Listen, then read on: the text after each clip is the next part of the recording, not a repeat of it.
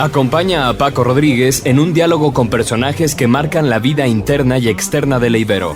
Bienvenidos a Cara, el espacio de entrevistas y discusión de los temas que a ti te importan. Hola, ¿qué tal? Bienvenidos a Cara, el programa de entrevistas y discusión de Ibero TRC. Yo soy Paco Rodríguez y me da muchísimo gusto volvernos a encontrar para platicar pues de un tema el cual pues siempre está presente, ¿no? Como el asunto migratorio, obviamente en nuestro país, al ser una nación paso de migrantes. Y bueno, para ello, y aprovechando la visita del doctor Ricardo Ortega Soriano, director del Departamento de Derecho de Ibero Ciudad de México, pues lo invitamos para platicar sobre este tema. Va a dar una conferencia titulada Niñas, Niños y Adolescentes Migrantes No Acompañados. Doctor Ricardo, pues gracias antes que nada por estar aquí con nosotros. No, al contrario, muchas gracias a ustedes por la invitación. Me da mucho gusto estar aquí en Torreón, en la Universidad Iberoamericana, y con muchas ganas de poder conversar sobre esos temas. Y bueno, también está con nosotros el maestro Osvaldo Valenzuela. Él es coordinador de la carrera de Derecho de la Universidad Iberoamericana Torreón, y aparte pues fue en algún momento coordinador del centro de día, encargado del centro de día para migrantes. Jesús Torres. Osvaldo, gracias por estar con nosotros. Paco, muchas gracias. Igual es un gusto, Ricardo, que estés acá con nosotros y pues bueno, a compartir este tema que es muy interesante. Sí, por supuesto que sí. A ver, insisto o repito el nombre de la conferencia: Niñas, Niños y Adolescentes Migrantes No Acompañados. Doctor Ricardo, pues la realidad es que ya en los últimos años han cambiado los patrones, ¿no? Los patrones migratorios. Mientras hace algún tiempo era principalmente hombres, obviamente en edad productiva, que lo sigue siendo, pero ahora este fenómeno donde hay muchas familias, muchos menores y en muchos casos no acompañados. Totalmente de acuerdo. De hecho, me parece que en los últimos años hemos experimentado una transformación de los flujos migratorios en el ámbito general, como bien lo dices, Paco. Sí. Y particularmente una de las cuestiones que se han incrementado pues tiene que ver con la cantidad de niñas, niños y adolescentes. Recordemos que la Convención sobre Derechos del Niño reconoce que un niño o niña es cualquier persona menor de 18 años.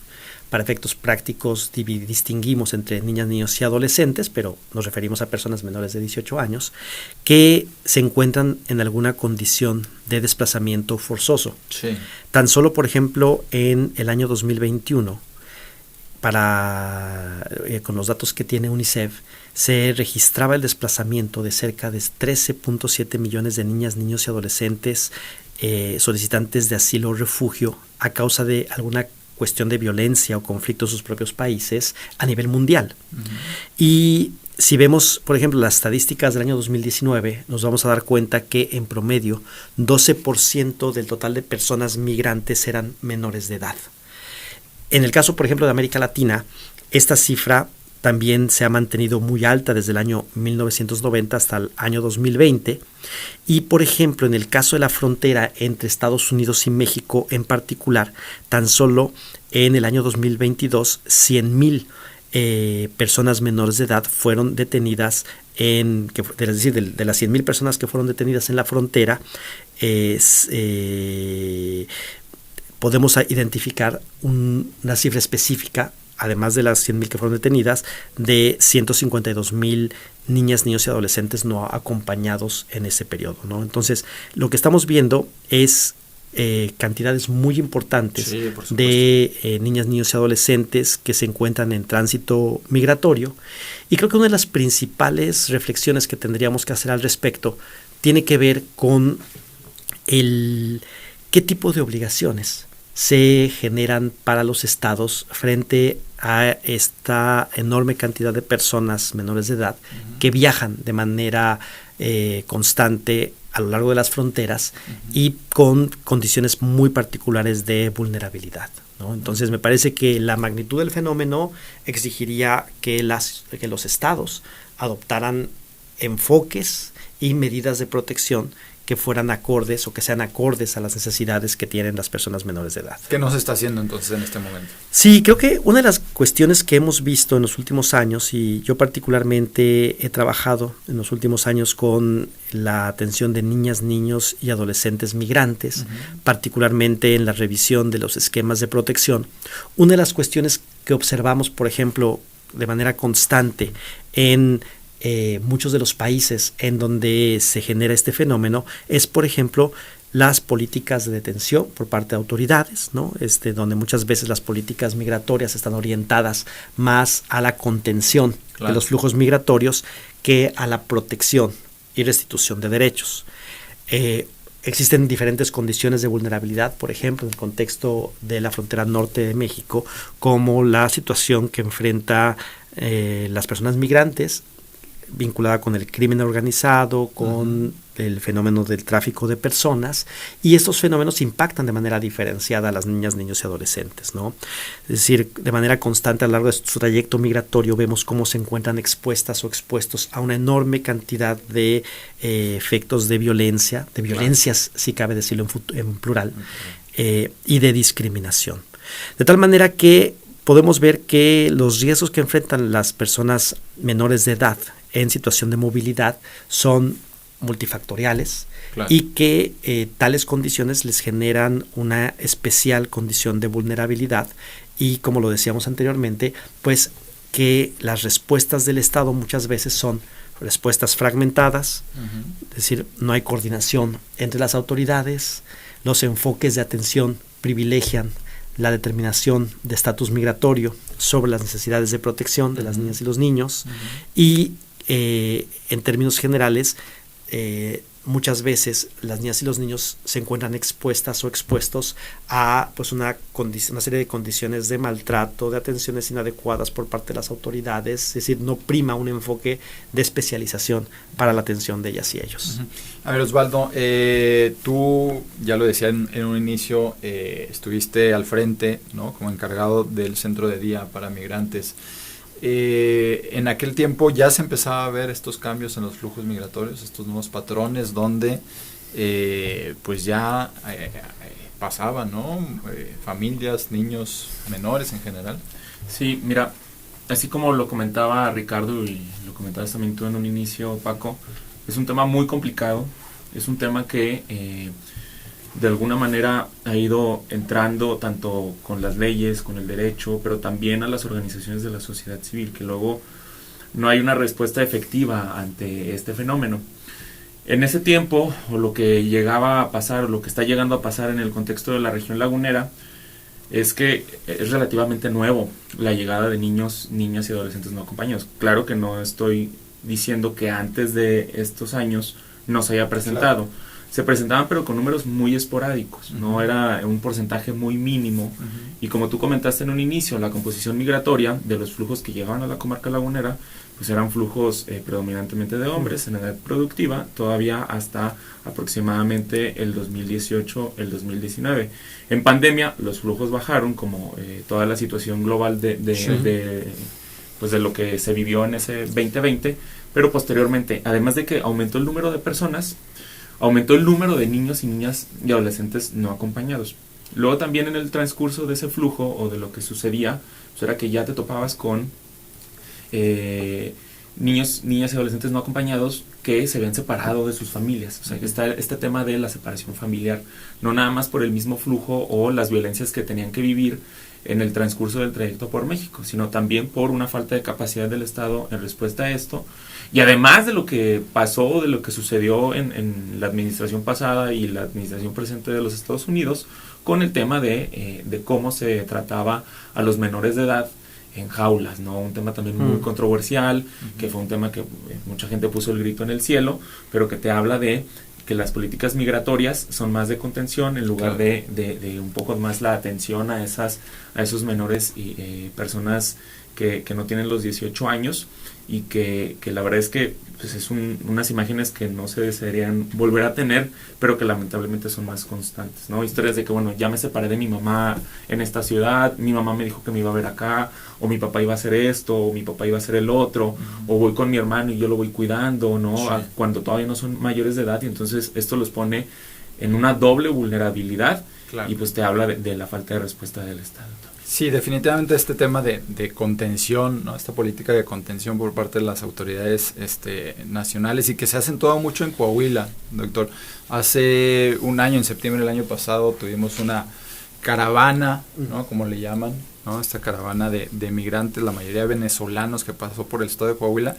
Y obviamente ya sabemos, ¿no? Estas reacciones por parte del gobierno, en este caso de Texas, que cierra los puentes fronterizos, ¿no? Las afectaciones comerciales, hacer presión, y empieza toda esta política de contención, de ralentizar la llegada de los migrantes. No lo detienen, ¿no? Simplemente lo hacen lento para que no lleguen en masa, ¿no? En grandes grupos.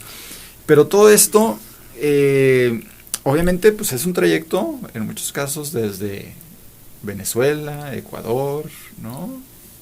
Sabemos la migración centroamericana, pero que ya efectivamente trae niños, trae niñas menores de edad. Todo esto, ¿cómo se puede explicar, ¿no? En cuanto a los orígenes, lo decía hace un momento, ¿no? Es un tema multifactorial, pero pues la violencia y las carencias siempre han existido, ¿no? ¿Qué ha cambiado en esos orígenes para que ahora también salgan las familias completas o los menores? Pues mira, me parece que el fenómeno migratorio es un fenómeno social, como cualquier fenómeno social, sí, complejo, y obviamente esto implica que pues las causas también son sumamente diversas, ¿no? Me parece que si pensamos en una sola causa que contribuya de manera significativa a la expulsión de niñas y niños de sus estados de origen, pues me parece que no lo vamos a encontrar como tal. Pero sí lo que podemos encontrar en términos generales, por ejemplo, son ciertas motivaciones, ¿no? Por ejemplo, una motivación común que aparece en la migración de personas adolescentes, personas menores de edad, que a veces viajan de forma no acompañada, pues tiene que ver, por ejemplo, con la necesidad de reunificación familiar en relación con personas familiares que han migrado, claro, por ejemplo, a los Estados Unidos. La reunificación familiar es un elemento, me parece, importante en términos de los motivos que llevan a las personas a salir de sus países, y muchas veces la salida incluso de los familiares de los países de origen pues tiene que ver también con diferentes cuestiones, ¿no? Desde la necesidad de buscar mejores oportunidades de empleo, desde por ejemplo las condiciones de violencia o violación generalizada de derechos humanos que se dan en ciertos países, ¿no? Por ejemplo, si pensamos en los países de Centroamérica, ¿no? De los países de América Central, en donde encontramos, por ejemplo, la presencia de pandillas, sí, o de condiciones de violencia en las comunidades, pues nos vamos a dar cuenta que este tipo de condiciones son factores de expulsión muy importantes que llevan a las personas menores de edad a buscar salir de sus países, ¿no?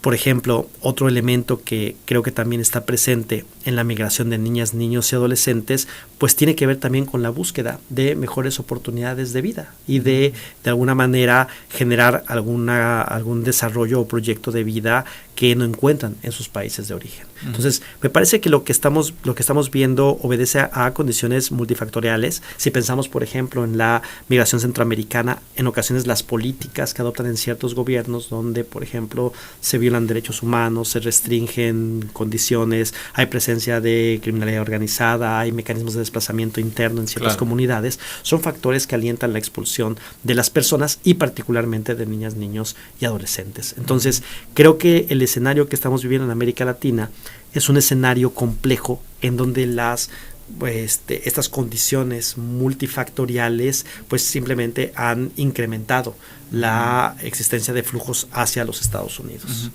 Estamos platicando con el doctor Ricardo Ortega, director del Departamento de Derecho de Ibero Ciudad de México, y con el maestro Osvaldo Valenzuela, coordinador de la carrera de Derecho aquí en la Ibero Torreón. ¿Cuál tendría que ser, Osvaldo, el papel de las universidades en el tema migratorio? Híjole, yo creo que el papel de las universidades parece que no, pero es un papel muy importante. Lo que se hace o el esfuerzo que tiene el sistema universitario jesuita en vincular programas académicos, programas como el programa de asuntos migratorios que aquí coordina la maestra Carolina Hernández, pero también como en Ibero Ciudad de México, en Ibero Tijuana, en Ibero León, lo que trata es de que la gente primeramente conozca del fenómeno migratorio, ¿no? Que conozca, que se pueda acercar, que sea el vínculo entre el alumno, la alumna, hasta docentes, y que puedan conocer a través de ese programa lo que vienen haciendo las organizaciones de la sociedad civil, lo que se puede gestar como vinculación entre gobierno, organizaciones de la sociedad civil y la comunidad en general, entre otras situaciones. Creo que principalmente es el de promover el tema, el que se conozca, y además de conocerlo, sensibilizarlo, ¿no? Sensibilizar a la población, sensibilizar porque hay mucha desinformación, como cualquier fenómeno social que mencionaba Ricardo, pues hay mucha desinformación. Luego, lamentablemente, también los temas políticos influyen, ¿no? Tanto del otro lado de la frontera como de este lado, ¿no? Claro. Hay mucha desinformación por ese lado. El sensibilizar, el conocerlo, creo que puede ayudar a hacer menos difícil el camino de muchas personas. Sí. Y posteriormente creo que el último punto que agregaría, además de conocer y de sensibilizar, sería el de que ya lo comenté como un poco, es la vinculación. El generar vínculos, sí. El generar esfuerzos, porque sí considero que luego los esfuerzos aislados en este tipo de temas, el que tú vayas por un lado y otra organización vaya por este otro, claro que va a haber, no van a estar todos de acuerdo en algún punto, pero el que estén todos vinculados puede generar mayor fuerza y hasta generar cambios en políticas públicas. Claro. Oye, y hablando de tema de políticas públicas, estamos prácticamente en la recta final de la administración federal del presidente Andrés Manuel López Obrador, e inicia otra, que estará a cargo de Claudia Sheinbaum. Doctor Ricardo, ¿qué opinión le merece estos 6 años de política migratoria y cuál esperaría que fuera para la próxima administración? Pues mira, creo que una de las cuestiones más problemáticas que hemos visto en los últimos años tiene que ver con que no se ha modificado la política de contención en términos migratorios, ¿no? Es decir, si bien hubo una reforma constitucional muy importante que tuvo como finalidad evitar o prohibir la detención de niñas, niños y adolescentes, por ejemplo, en estaciones migratorias, y que a raíz de esa reforma constitucional se logró, por ejemplo, evitar que las niñas y los niños estuviesen o fuesen llevados a las estaciones migratorias, pero en vez de ello ahora son trasladados a albergues tanto de la sociedad civil como del Estado, que en teoría deberían brindar una atención especializada. Lo cierto es que me parece que la política de atención a la niñez migrante no ha variado, o sea, sigue siendo una política basada en criterios de tipo migratorio, pero por ejemplo no tenemos el día de hoy una política con enfoque de derechos de la infancia, ¿no? Una de las cosas que voy a conversar justo en la tarde en el marco de la conferencia es qué tipo de elementos debería incluir una política de protección integral a niñas, niños y adolescentes en situación de movilidad. ¿Qué tipo de retos tiene el Estado para ello? ¿Cómo es, por ejemplo, que el Estado tendría que, por ejemplo, en cumplimiento con los estándares internacionales, identificar las necesidades de protección que tienen las niñas y los niños a través de autoridades especializadas? ¿Cómo es que el Estado debería privilegiar la restitución y protección de derechos de las niñas y los niños y evitar que, por ejemplo, todo el contexto que sufren de violaciones a derechos humanos, tanto en el origen como en el tránsito, se sigan perpetuando a través de el tiempo que permanecen con el trámite de sus asuntos ante las autoridades mexicanas? Y cómo es que las autoridades tendrían que articularse de manera efectiva para garantizar los derechos de las niñas y los niños y darles alternativas de solución. Porque lo que me parece seguimos viendo es que no se ha entendido que la protección y restitución de derechos de niñas y niños es una responsabilidad de Estado, que implica la participación conjunta de autoridades, que implica que las autoridades no pueden tratar a las niñas y los niños como se trata a las personas adultas, que las medidas que se adopten a favor de la infancia deberían darles alguna alternativa que simplemente la deportación a través de estos mecanismos de puerta giratoria que siguen operando en la región y que México desafortunadamente no ha modificado, ¿no? Entonces, creo que el gran reto que tenemos y creo que el gran déficit que se sigue presentando en la política migratoria de este país es que si seguimos sin incorporar un enfoque de derechos de la infancia para las niñas y niños en situación de movilidad. Y aquí creo que hay una cosa muy interesante porque en los últimos años, por ejemplo, la clínica de protección a refugiados de la Universidad Iberoamericana, la clínica LAI de FOPA, en conjunto con una organización de sociedad civil, impulsaron una demanda de amparo exigiendo alternativas frente a la protección de niñas y niños que viajan en caravanas. De hecho, la Suprema Corte tiene una sentencia muy interesante que plantea la exigencia de todas las autoridades del Estado para atender de forma integral a las niñas y los niños que viajan en el contexto de caravanas. Pero también la Suprema Corte de Justicia de la Nación estableció estándares muy importantes sobre, por ejemplo, cómo deben ser las entrevistas de elegibilidad de niñas y niños solicitantes de asilo, que claramente el día de hoy no son cumplidas como parte de una política del Estado y que pues siguen generando que muchas niñas y niños que son solicitantes de asilo pues no reciban la protección que necesitan por parte del Estado. Entonces creo que los retos que tenemos son muy amplios.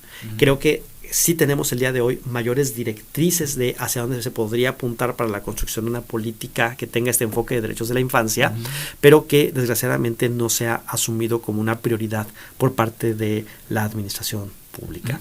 ¿Es necesaria otra dependencia que atienda los temas migratorios? Porque en campaña la hoy presidenta electa Claudia Sheinbaum hablaba de la necesidad de cambios del Instituto Nacional de Migración, ¿no? Quedó rebasado porque decía que es un instituto que hace muchas cosas.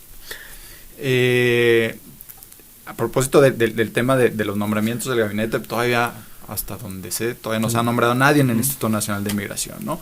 ¿Se tiene que modificar también ahí en cuestión institucional o no necesariamente ahí es el problema? Yo te diría que el gran problema es que se le siga dando al Instituto Nacional de Migración la primacía en la atención de la niñez migrante.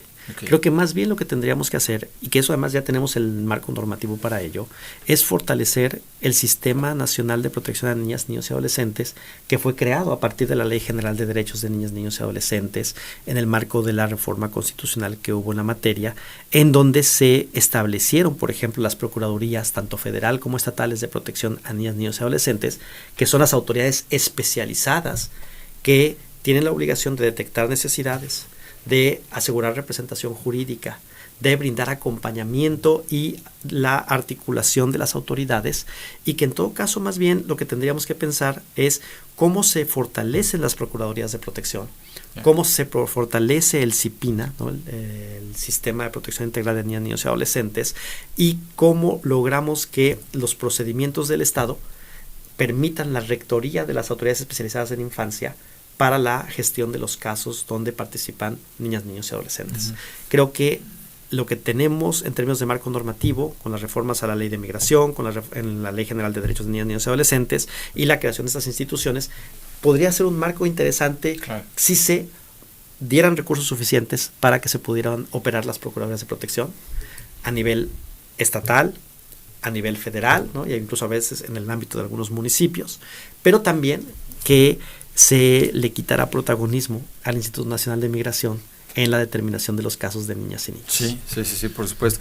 Ahora que habla del tema, de este último tema normativo, doctor, por último, Osvaldo, de este tema, para pasar a otro rápidamente, se habla normalmente del tema de migratorio, pero casi siempre desde esta esfera federal, ¿no? Pero vemos que en los estados, pues los que detienen, extorsionan y violan derechos son los locales, los policías locales, estatales, etcétera, ¿no?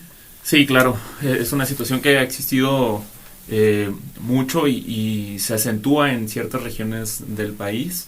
Se ha tratado, ¿no?, de fomentar esa cultura de conocimiento y sobre todo de respeto en cuanto a los derechos humanos, porque muchas de las veces el primer contacto que tienen las personas migrantes con algún tipo de autoridad, pues generalmente es la policía municipal, ¿no? Luego también se sabe que aquí en la comarca lagunera pues tenemos algunos híbridos de policías por mandos y por cuestiones que han existido, sobre todo después de la época de la violencia. Sí. Y que luego entre ellos mismos pues no hay un conocimiento en cuanto a los procesos migratorios que se deben de seguir, ¿no? Los detienen de manera arbitraria, no hay un debido tratamiento, como ya comentaba acá el doctor, para los que vienen siendo niños, niñas y adolescentes, se les revictimiza, ¿no? En varios de sus casos. Entonces, lo que se busca es esa cultura o es ese trabajo en cuanto a autoridades, en cuanto a personas de la sociedad civil, para que así juntos y juntas de alguna manera puedan ir acompañando los casos, ¿no? Luego también aquí en Coahuila lo que se creó fueron las unidades de derechos humanos que tiene cada municipio, que es un órgano o es una dependencia que salió de la Comisión Estatal de Derechos Humanos y que a través de ellos lo que han buscado personal del centro de día pues es el capacitar, ¿no? A las policías municipales en cuanto a estos temas que no son temas que propiamente les corresponde, sino le corresponde al Instituto Nacional de Migración, pero luego está completamente rebasado en trabajo o tiene muchas atribuciones y que muchas veces esas atribuciones pueden generar pues lamentablemente hasta muerte, ¿no? Como lo que sucedió en la estación migratoria en Ciudad Juárez hace algunos años, y que en lugar de ser estaciones migratorias se convertían en cárceles, ¿no? Es un tema muy complejo, pero sí, claro que el abuso de autoridad muchas veces está presente. Hay otras veces que se ha tratado de cooperar y de generar esta alianza entre organizaciones y autoridades, como te comento, pero lamentablemente lo que siguen comentando las personas migrantes y sobre todo los niños, niñas y adolescentes no acompañados es pues que la policía es un peligro, claro, ¿no? O los agentes del Instituto Nacional de Migración. Pero bueno, les agradecemos mucho, doctor Ricardo Ortega Soriano, director del Departamento de Derecho de la Ibero Ciudad de México. Gracias por su visita y haber estado aquí con nosotros. Gracias a ti, Paco, gracias Osvaldo por la invitación y feliz de haber conversado esta mañana. Gracias al maestro Osvaldo Valenzuela, coordinador de la carrera de Derecho. Gracias Osvaldo, gracias también a Beto Rubio en los controles y la producción. Yo soy Paco Rodríguez y esto fue Cara a Cara. Esto ha sido todo por el día de hoy. Nos vemos cara a cara en la próxima emisión.